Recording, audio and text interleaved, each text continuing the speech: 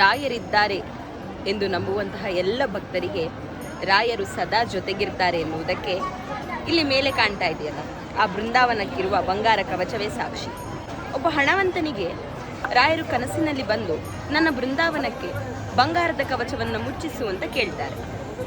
ಅವರು ಮಂತ್ರಾಲಯಕ್ಕೆ ಬಂದು ನಾನು ರಾಯರ ಬೃಂದಾವನಕ್ಕೆ ಬಂಗಾರದ ಕವಚವನ್ನು ಮುಚ್ಚಿಸಬೇಕು ಅಂತ ಹೇಳಿದಾಗ ಇಲ್ಲಿ ಹೇಳ್ತಾರಂತೆ, ರಾಯರ ಬೃಂದಾವನಕ್ಕೆ ಈಗಾಗಲೇ ಬಂಗಾರದ ಕವಚವಿದೆ, ಹಾಗಾಗಿ ಮತ್ತೊಮ್ಮೆ ಬೇಡ ಅಂತ.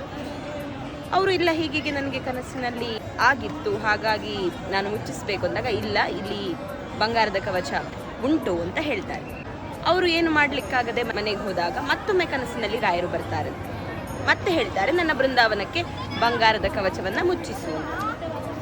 ಇವರು ರಾಯರಲ್ಲೇ ಕೇಳ್ತಾರಂತೆ, ನಾನು ಹೋಗಿ ಬಂದೆ, ಅಲ್ಲಿ ನಿಮ್ಮ ಬೃಂದಾವನಕ್ಕೆ ಬಂಗಾರದ ಕವಚ ಇದೆ ಅಂತ ಹೇಳ್ತಾ ಇದ್ದಾರೆ, ನಾನೇನು ಮಾಡಬೇಕು, ಯಾವ ಬೃಂದಾವನದ ಬಗ್ಗೆ ನೀವು ಹೇಳ್ತಾ ಇದ್ದೀರಿ ಅಂತ ಕೇಳಿದಾಗ ರಾಯರು ಹೇಳ್ತಾರಂತೆ, ನೀನು ಮಂತ್ರಾಲಯಕ್ಕೆ ಹೋಗುವಾಗ ದ್ವಾರದಲ್ಲೇ ನಾನಿದ್ದೇನೆ, ನನ್ನ ಬೃಂದಾವನ ಇದೆ, ಅದರೊಳಗೂ ನಾನಿದ್ದೇನೆ, ಅದಕ್ಕೆ ಬಂಗಾರದ ಕವಚವನ್ನು ನೀನು ಹೊದಿಸಬೇಕು ಅಂತ ಹೇಳ್ತಾರಂತೆ.